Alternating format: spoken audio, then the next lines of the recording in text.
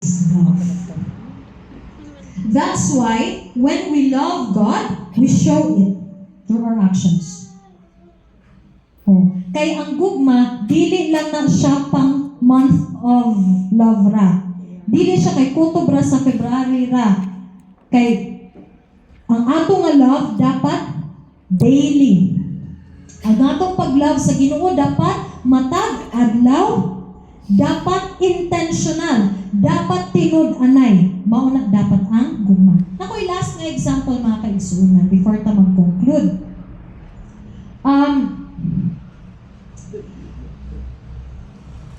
Gani namang good pag sayo man minang mata, mga unsa to oras sa mga 4? Mga 4 o'clock minang mata. Hinay-hinay ni prepare para makaanhin.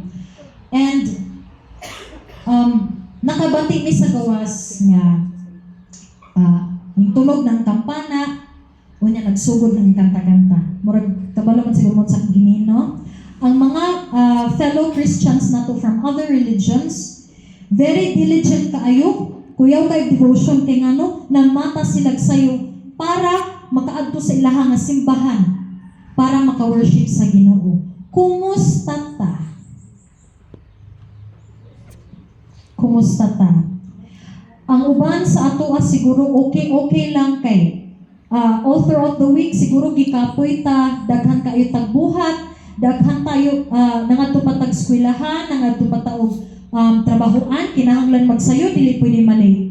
Pero sa Sabado, chill lang, relax lang, okay lang nga mataod-taoran pa before mo adtog simbahan. Is that the kind of love we want God to see from us? Mao ba na ang klase sa gugma nga ganahan nato ipakita sa Ginoo? Kinsa sa ato adiri karon ang nahigugma sa Ginoo? Kita tanan, di ba? I'm sure wala po'y mo ingon ninyo no nga wa mo ko nahigugma sa Ginoo. Kita tanan nag-love ta sa Ginoo. So dapat atong ipakita.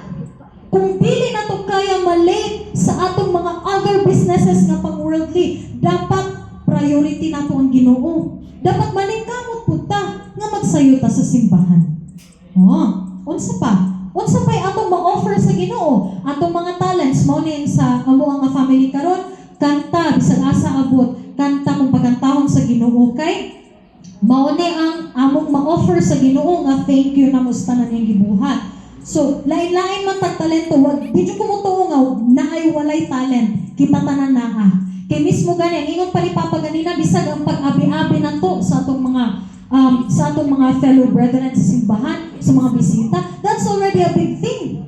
Lamig kay sa feeling mga kaigsunan. So kung unsay kaya nato mabuhat para sa Ginoo, let's show Him nga love nato siya. If we truly love God, we show others by living our lives holy and acceptable to God. Dili lata kutob sa storya. In that way, dili na nato kinahanglan isyagit pa sa tibuok kalibutan nga nahigugma ta sa Ginoo. Kay sumapa sa kanta, when you're in love, everybody knows. God bless and happy Sabbath.